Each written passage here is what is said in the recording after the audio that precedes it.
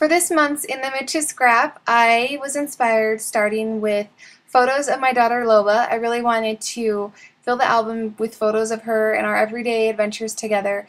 And from there, I just wanted to use my Polka Dot Party products that are new in the shop. And together they just made a really great combination with the album. I was inspired by a lot of the different colors and also by trying out different layering with paint and stencils and misting products. So let's get started. Here is some of the supplies you can get ready for this lesson.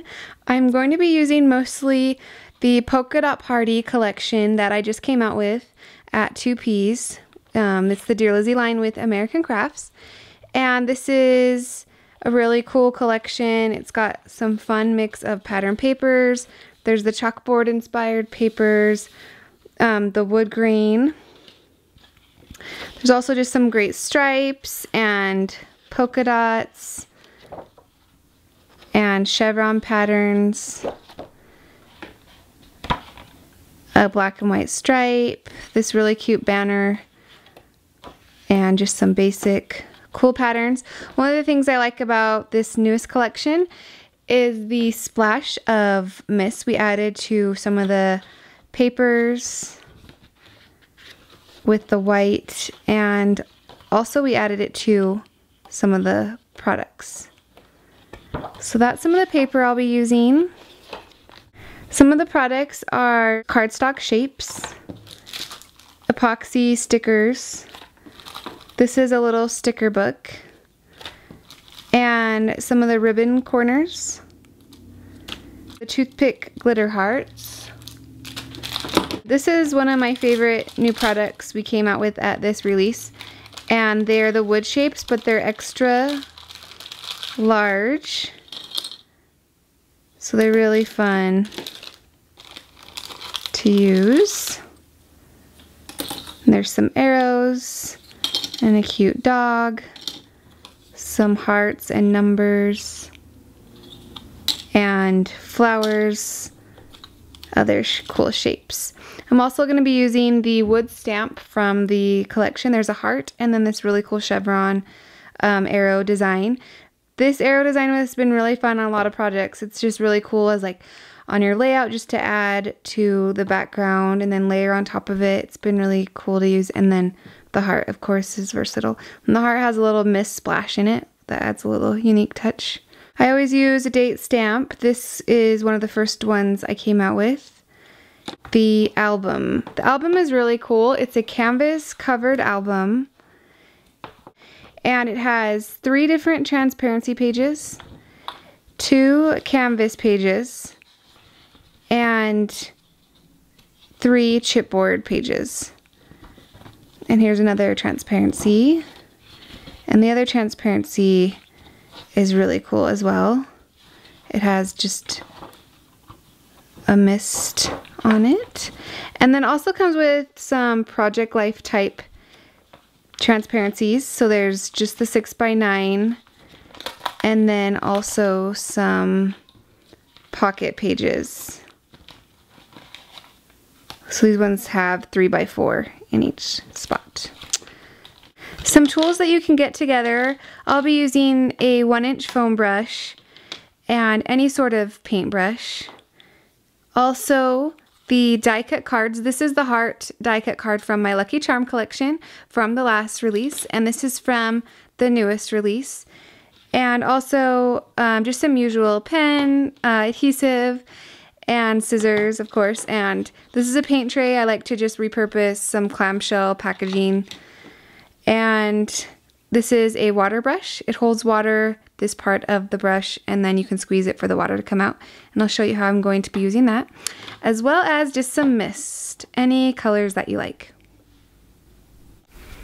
Alright, this is the canvas page a little bit more close up, so you can see the painting and the stenciling and the paint drops, and then all the different layers of paper and the resin flower. Paint tray, I've added some mustard yellow Joanne Craft Essential paint, and I added a little bit of water with my dropper, and I'm going to take my foam brush and just mix that together I just wanted it really watered down. And then I'm going to be adding just some yellow paint under the photo, and then you'll see it just along the edge. So I'll just start towards the center to see if I like how it's looking so far. And then along the side.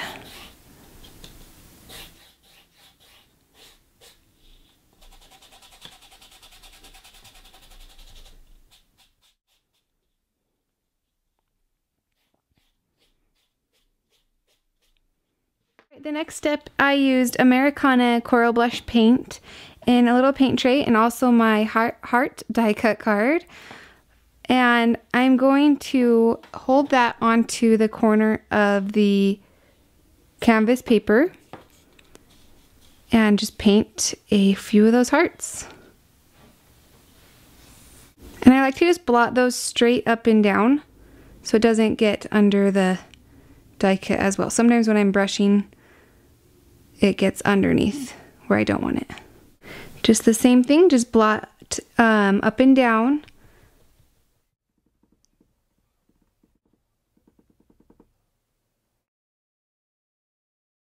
Alright, the next step is just adding some splashes of paint. And there's a couple of different ways you can do this. Sometimes I just unscrew the top and splash it on like that. There's also an eyedropper tool you can use. And that does a little bit of larger drops. And you can also spray into the lid of your mist and then drop it onto your projects. I'm going to add some just to this corner and then the bottom.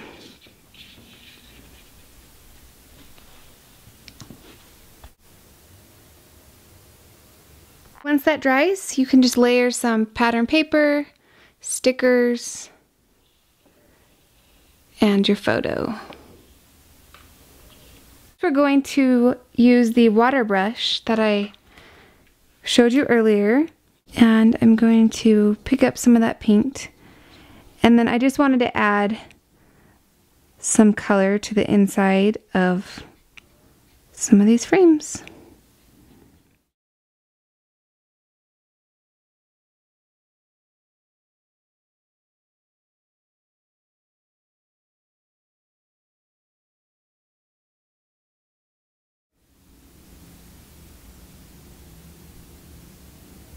What's nice is you can start off with just a little bit and then see how much more paint you need to add. And then, like I said, you just squeeze it out if there's too much paint. You just squeeze the pen for the water.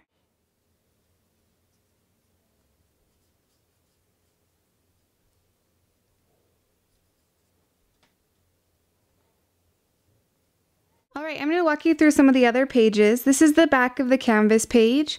If you sew on the front of the canvas page, do it before you decorate the back side, and then you can just cover it with the pattern paper. And this is the resin flower. These are some of the stickers and some of the die cut shapes. And this is the polka dot paper that has the pencil scribbles on it. This is one of the pocket pages, and this is a paper and stickers and some other, this is a chalkboard paper, as well as on the back. And then a transparency page. I'm probably going to add something to that. And one of the canvas painted pages with stickers and paper. This is just a simple page. Once again, one of the pattern papers showing the pencil and misting splashes. And this is one of the cool transparencies that has a splash of mist, pink mist. And this is the frame paper we already talked about with the smaller photos and the watercolor frames. And another pocket page. One of my favorite pattern papers you can get is full of just these different tags you can cut out and add to your projects. And here is part of the paper that I didn't cut up already. But it's so awesome just to have all those different labels. And here is the frame paper in all its 12 by 12 glory. Here's some more pattern paper I've cut up. One of the frames I cut up and added a picture from Disneyland using my smaller printer. And this is one of the chipboard pages, just a full photo with some journaling in Photoshop. And I just did pattern paper on the back. And I still have 4 of the larger pattern paper, page protector sheets, and then 4 of the pocket pages that I can add to this album. I get questions about my favorite printer for printing smaller photos, so I just wanted to share those here. This is one of my favorites. It's Zinc Zero Ink. You download an app called Zinc Studio, and you can upload your photos from Instagram or Facebook, or the photos just in your phone or your iPad. And it doesn't require any ink. It just has a roll of paper in the back. You can print your photos also vertically like a photo booth style. You can turn them so they face the other way. And you can also download your photos right from Instagram or Facebook to the app, and the back is adhesive. So there's so much you can do with this product. My other favorite is the Canon Selfie CP900. It's also Wi-Fi, so you can print your photos right from your phone or from your iPad or from your computer. And I love how you can fit 2 smaller photos, Instagram photos, on one 4x6, so that makes it really fun with an app you can download. And I did a video tutorial on this printer on my blog if you want to check it out. It's lizkartchner.com, and I'll just have it in the sidebar. Thanks so much for watching today. I just want to challenge you to use stencils and paint on one of your future projects, and I'd love to see how those turn out. Thank you so much for watching this video, and have a great day.